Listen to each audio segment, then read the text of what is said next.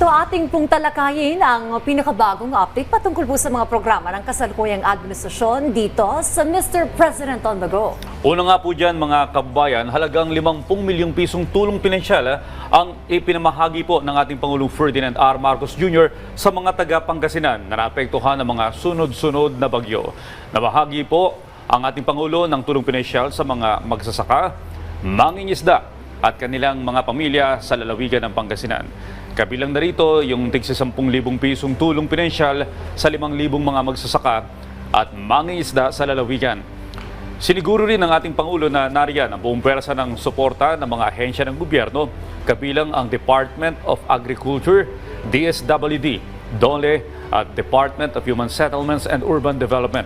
Ito'y para po mapapalis yung pagbangon ng probinsya ng Pangasinan. Inatasan rin po ng Pangulo ang mga ahensya ng gobyerno at maging ang local authorities na mas palakasin pa ang mga hakbang para tugunan ang pangailangan ng mga Pangasinense. Pasalamat din po ang Pangulo sa first responders sa panahon ng sakuna at siniguro ang mga pangmatagalang solusyon. Aniya para sa ating mga magsasaka na labis na naapektuhan ng nakaraang sakuna, patuloy na lumilikha kasama ng mga siyentipiko ng makabagong kagamitan sa pagsasaka na matibay at angkop sa pabago-bagong panahon. Samantala mga kababayan, sa iba pa pong usapin, Pangulong Ferdinand R. Marcos Jr. pinangunahan. Ito ay yung pagbibigay ng parangal sa prize-winning choir ng bansa sa ginanap na gintong parangal sa Malacanang honoring the Champion Choirs of 2024 na ginanap sa Palasyo po.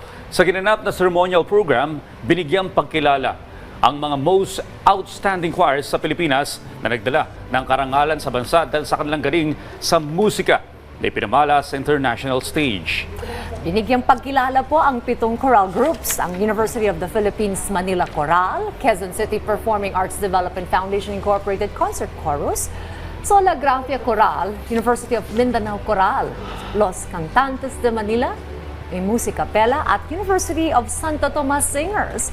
Ang bawat grupo po ay nakatanggap ng cheque na nagkakahalaga ng 200,000 pesos. Pinagdiwang po sa gintong parangal, hindi lamang po yung tagumpay ng mga talented choirs, kundi maging ang kanilang passion and discipline na nagbibigay inspirasyon sa mga susunod na henerasyon ng mga artists at performers sa Pilipinas.